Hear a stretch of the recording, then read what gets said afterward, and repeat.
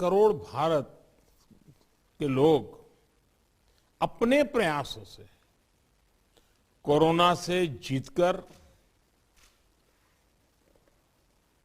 अवश्य निकलेंगे। और आप सबसे जो बातें मैंने सुनी हैं उसमें भी वही विश्वास प्रकट हो रहा है। अभी ओमिक्रॉन के रूप में जो नई चुनौती आई है, जो केसों की संख्या बढ़ रही है, उसके बारे में हेल्थ सेक्रेटरी की तरफ से विस्तार से हमें जानकारी दी गई है। अमित शाह जी ने भी प्रारंभ में कुछ बातें हमारे सामने रखी है। आज अनेक मुख्यमंत्री समुदाय की तरफ से भी, और वो भी हिंदुस्तान के अलग अलग कोने के, काफी महत्वपूर्ण बातें हम सबके सामने आई है। साथियों, ओमिक्रॉन को लेकर पहले जो संशय की स्थिति थी वो अब धीरे धीरे साफ हो रही है। पहले जो वेरिएंट थे उनकी अपेक्षा में कई गुना अधिक तेजी से ओमिक्रॉन वेरिएंट सामान्य जन को संक्रमित कर रहा है। अमेरिका जैसे देश में एक दिन में 14 लाख तक नए केसेस सामने आए हैं। भारत में हमारे वैज्ञानिक और हेल्थ एक्सपर्ट्स हर स्थिति और आंकड़ों का लगातार अध्ययन कर रहे हैं। ये बात साफ है, हमें सतर्क रहना है, सावधान रहना है, लेकिन पैनिक की स्थिति न आए इसका भी हमें ध्यान रखना ही होगा। हमें ये देखना होगा कि त्योहारों के इस मौसम में लोगों की और प्रशासन की अलर्टनेस कहीं से भी कम न पड़े। पहले केंद्र और राज्य सरकारों ने जिस तरह प्रिएम्प्टिव, प्रोएक्टिव और कलेक्टिव अप्रोच अपनाई है, वही इस समय की जीत का मंत्र है। कोरोना संक्रमण को हम जितना सीमित रख पाएंगे, परेशानी उतनी ही कम होगी। हमें जागरूकता के फ्रंट पर साइंस आधारित जानकारियों को बल देने के साथ ही अपने मेडिकल इंफ्रास्ट्रक्चर को, मेडिकल मैन पावर को स्केल अप करते ही रहना पड़ेगा। साथियों, दुनिया के अधिकतर एक्सपर्ट्स का कहना है कि वेरिएंट चाहे कोई भी हो,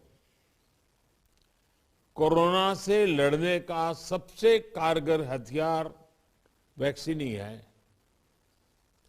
भारत में बनी वैक्सीन तो दुनिया भर में अपनी श्रेष्ठता सिद्ध कर रही है।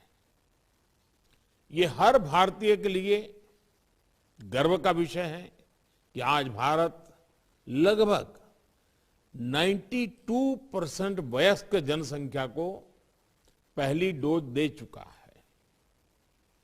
देश में दूसरी डोज की कवरेज में भी 70% के आसपास पहुंच चुके हैं। और हमारे वैक्सीनेशन अभियान को 1 साल पूरे होने में अभी भी 3 दिन बाकी है। 10 दिन के भीतर ही भारत अपने लगभग 3 करोड़ किशोरों का भी टीकाकरण कर चुका है। ये भारत के सामर्थ्य को दिखाता है, इस चुनौती से निपटने की हमारी तैयारी को दिखाता है। आज राज्यों के पास पर्याप्त मात्रा में वैक्सीन उपलब्ध है।